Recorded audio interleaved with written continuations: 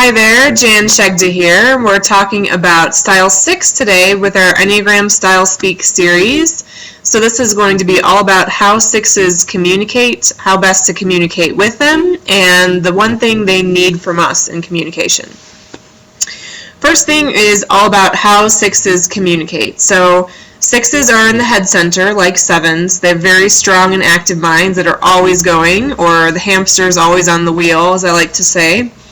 And because of that, their conversation style tends to be full of a lot of information, a lot of considering pros and cons, possibilities, the up and down side of an issue.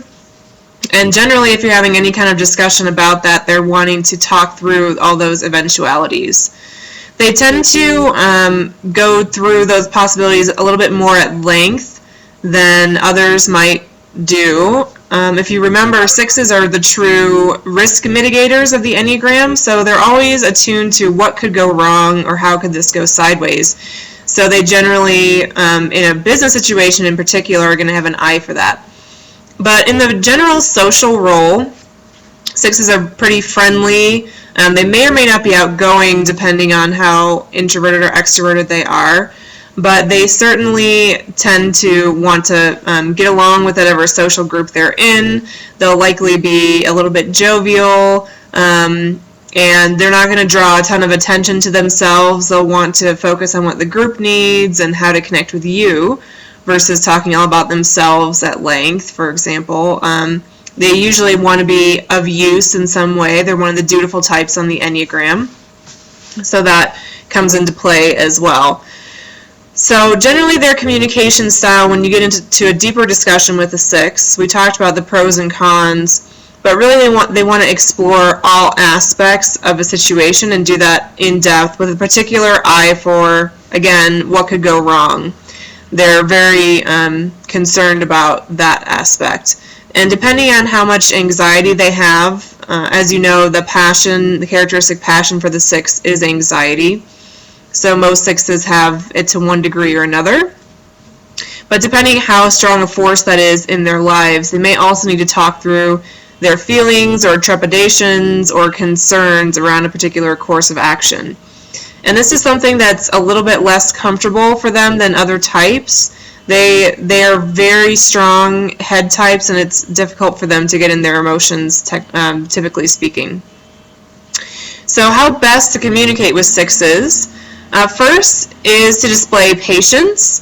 6s really need to work through all the different avenues in their minds about the possibilities of what could go wrong, and in the social role, patience isn't as necessary, but I would encourage you to put a little more focus on the 6, who the 6 is versus the role they're supposed to play in a situation, how to connect with them, as they're probably going to be trying somewhat hard to connect with you, so giving that back to them. But the other thing besides patience, I think that's helpful in communicating with 6s, is bringing the conversation back to what they already know, particularly with problem solving. So they spend a lot of time on the what if scenarios or how things could go sideways. But if you can just keep steering them back to, okay, what do you know to be true about the situation? What can you trust? What is secure and solid in what you're facing? That's really useful because they tend to overlook that for the possibilities of what could negatively go wrong. That helps them maintain some more centeredness. And the last thing, what 6s need most from us, really they need encouragement. So when you think of the virtue of the 6, which is the quality that type displays when they're at their best, for the 6, it's courage. So a sense of, yeah, I know what the risks are, I know what could go wrong, but I take that step forward anyway. And the act of encouraging someone is either lending your courage to them or trying to bolster their own spirits. And really that's what 6s need from others. They tend not to believe in themselves very much.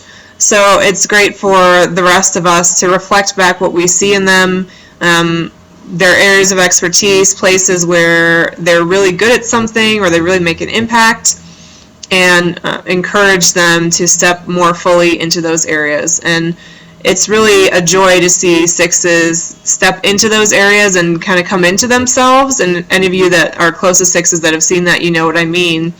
But it really can just absolutely transform how they approach the world and how they are as people. So encouragement is what they need most from us. Thanks for being with us today for Style 6. Next week we'll talk about Style 5. We'll finish up the Head Center. And as always, let me know what questions or comments you may have. Thanks, and see you next week.